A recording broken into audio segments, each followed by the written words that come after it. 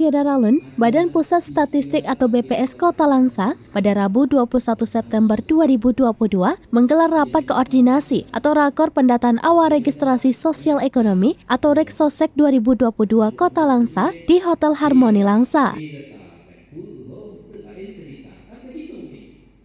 Rakor tersebut diikuti seluruh kecik dari 66 kampung di 5 kecamatan dalam wilayah Kota Langsa dan para pihak terkait Pemko Langsa serta stakeholder daerah setempat.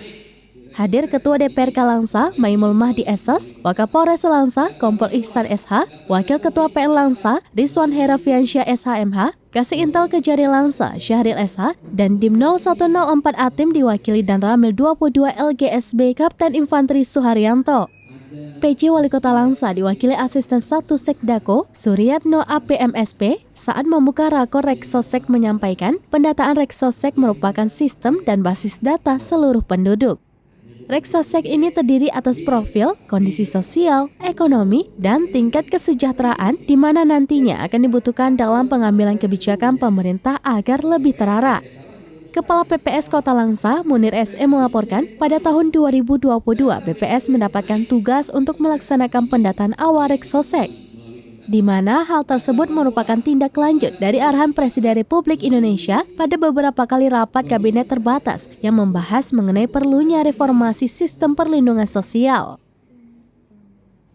Menurutnya, reformasi sistem perlindungan sosial diperlukan sebagai perbaikan mekanisme pelaksanaan program perlindungan sosial bagi seluruh warga negara, berdasarkan kerentanan agar memenuhi prinsip tepat sasaran, tepat waktu, mudah, akuntabel, dan responsif terhadap kondisi bencana.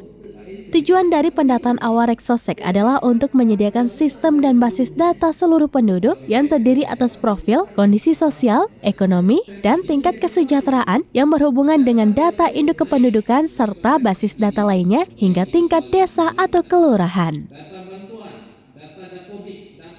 Dari Langsa, Subir, Serambi On TV.